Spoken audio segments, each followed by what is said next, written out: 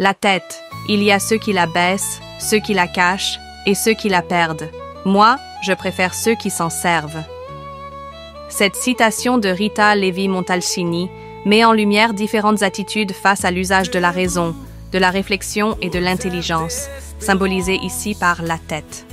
Son analyse repose sur une opposition entre ceux qui négligent ou évitent d'utiliser leur intellect et ceux qui en font un outil pour avancer dans la vie.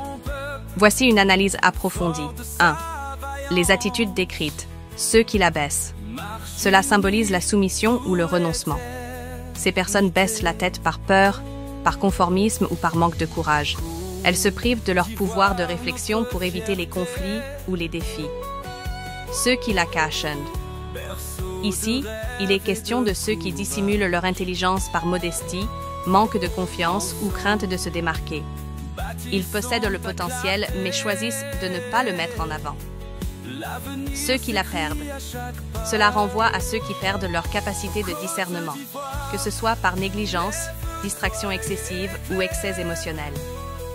Leur esprit est désorienté ou gaspillé. 2. La valorisation de ceux qui s'en servent.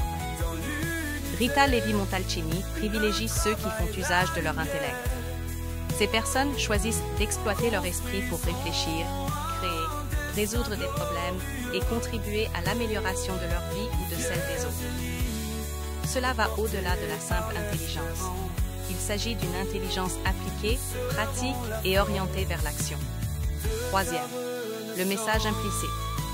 Responsabilité personnelle. Chacun a la responsabilité de tirer parti de son intellect. Ne pas l'utiliser, c'est non seulement une perte personnelle, mais aussi une perte pour la société. Courage intellectuel. Utiliser sa tête implique parfois de remettre en question l'ordre établi, de prendre des décisions difficiles ou d'affronter l'inconnu. Cela nécessite du courage.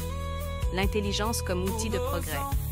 L'intelligence n'a de valeur que si elle est utilisée pour produire quelque chose de constructif, qu'il s'agisse d'idées, de solutions ou d'actions concrètes. 4e, un message intemporel. Dans un monde où les distractions, le conformisme et la peur du jugement social sont omniprésents, ce message reste d'une grande actualité. Il nous invite à ne pas laisser notre intelligence se perdre ou être réduite au silence, mais plutôt à la mettre au service du progrès personnel et collectif. En somme, cette réflexion est un appel à la pleine mobilisation de nos capacités intellectuelles et à leur mise au service de notre épanouissement et de celui du monde.